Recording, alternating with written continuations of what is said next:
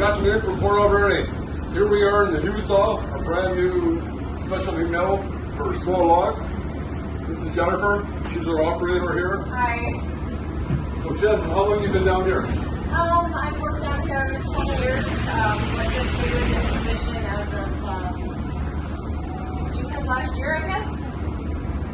You started on the green chain? Yeah, I started on the green chain back in year 2000, I guess it was.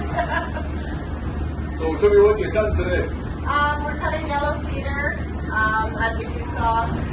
We run anywhere from 4-inch diameter logs to up to 14-inch diameter. And we cut everything 2x3 and up. So yeah, we are running them right now through the saw.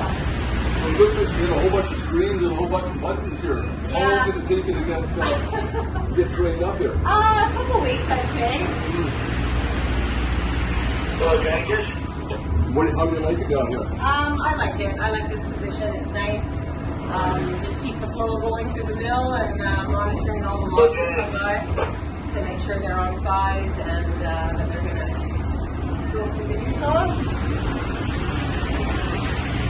Okay, Jen, thank you for your time. Have a great weekend. Thanks. Best wishes. Happy weekend all.